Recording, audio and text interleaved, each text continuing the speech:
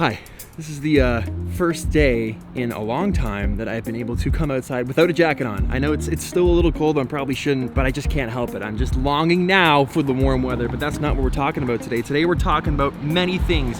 One being how you can make every single video that you make starting from today 1,000 times better with just like the smallest little adjustment. That's the main goal of today. That's the main focus.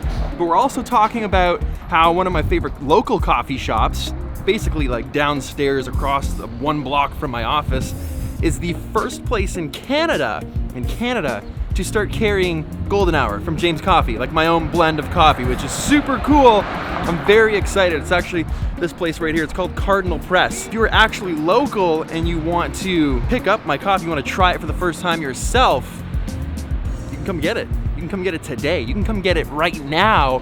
It's this spot right here. And you know what? Why don't we start kick things off with a little bit of a B-roll sequence, because you know, we're about due for one of those.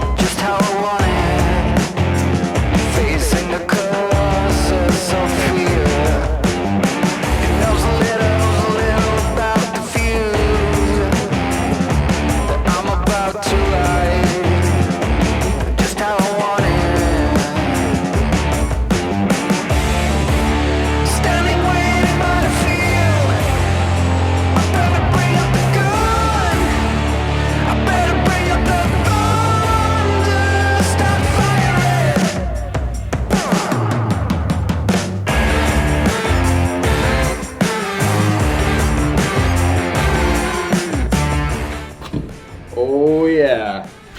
Yes. That's the box right there. It's filled with my coffee.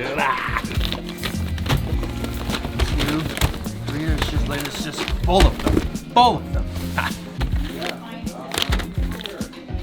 I just need to like get an owl outfit, and I can just stand here in like an owl costume, scare people when they come to buy it. Boom. There it is. You come to this shop, Cardinal Press, you can find my coffee. If you're Canadian and you live local. And we also do have it in bulk, so you can taste it. You can get a Chemex of Peter McKinnon's Golden Hour here if you want to give it a taste before you buy it.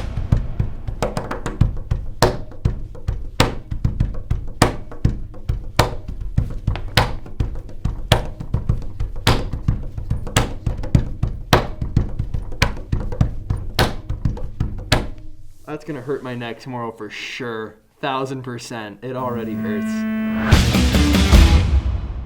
Okay, couple tips. I was thinking about this recently. I was driving my truck. You realize when people talk about something, they always pantomime obvious actions. Like, I was driving my truck. It's weird. I think about these things. Anyways, I was also thinking about filmmaking. And I was thinking about my own filmmaking and the videos that I've made, the things that I do typically. And I wanted to kind of just make this more of like a discussion, but I think you might agree. When I'm looking back at my B-roll and I'm looking at my videos and I'm thinking about the things that I've done and the body of work, the body of work. You're getting distracted. Something I noticed, I learned this a while ago, is that I more often shoot the middle and not a beginning and an end. I'm shooting the middle of everything, right? So the B-roll starts and coffee's coming out of an espresso machine and the art's being poured and I'm just getting like nice, tasty, bocalicious shots, buttery smooth B-roll as we call it, but I'm not really putting the substance in there. I'm not putting the story in there. I'm not putting the beginning, the end, the period. None of those things are being included. It's just the middle.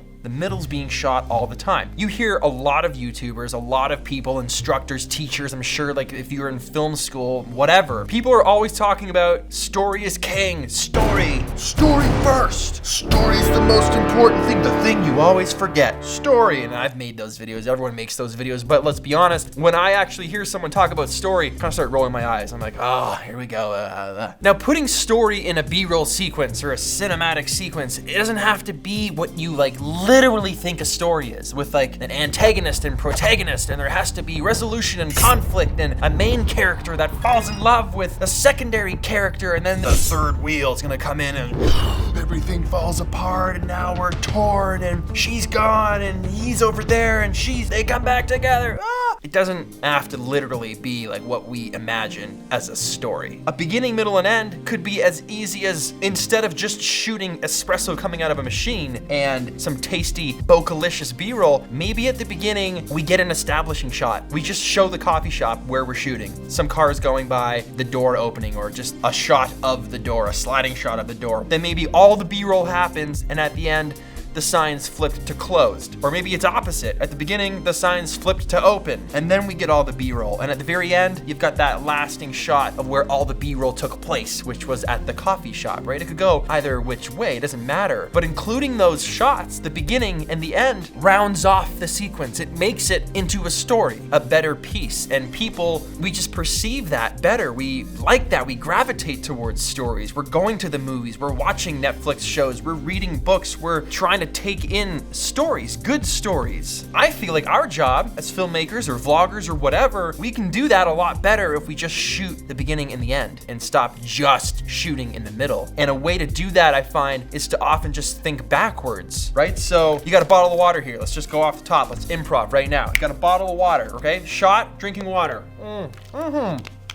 That's some great water. That's the middle. How do we shoot a beginning to that? Well, let's go back. Where did you get the water? Well, I got it out of the fridge. Okay, so let's get the opening shot of you getting the water out of the fridge. Okay, done. So we get that shot, get the water out of the fridge, just sit down. That's some great water. I put it down, and where do you go now? Do you put it back in the fridge? You throw it in your backpack, zip it up, and then head off into the B-roll sequence? Like, it's just thinking backwards to what comes before, and then what comes before again, and then what comes before again. And you can literally just keep backtracking to get the beginning, then shoot the middle, then shoot the end. Because you see, we always get super excited to shoot the sexy, cool looking, obvious content. The stuff that's like, oh, for sure I'm gonna get the espresso coming out of the, just dripping down, a little bit of latte art. Obviously, everybody's gonna think of those shots for sure, but let's just structure it a little bit better and shoot a full story sequence, a beginning, a middle, and an end. Just some thoughts for you today. Take it or leave it, but I suggest you take it. Even when it comes to my own filmmaking, I gotta start doing that a little more often as well, if not all the time. I'm gonna do it all the time. Thanks so much for watching, guys. Hope you enjoyed this video. It was a little kind of like vlog, B-roll, studio sit-down thoughts tutorial. I liked it, and I felt passionate about this topic. I hope it resonated with you, and you're able to take something away and apply it to your own work. So that's it for me. Hit that bell, hit that like button, hit all of the buttons that we harass you to hit on a daily basis when you're watching these videos, or hit none of them. Hit the dislike button twice. I'll see you guys in the next episode. I'm gonna go take some medication for my neck. I'm not like an over-medicator. I mean, my wife would probably say like, I got a headache, I take an Advil, and instead of just letting it go away, maybe I am a little bit of an over-medicator. Is that a thing, over-medicator? I guess, yeah, that's called a drug addict, Peter. That's what that is. I'm not a drug addict, no. I'm an addict for photography. I can't even say it. Peace.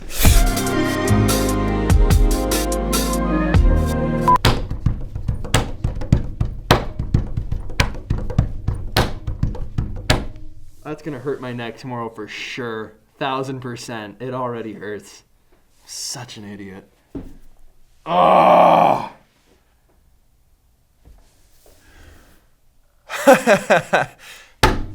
Let's teach you how to make better videos. Can somebody get me a brush?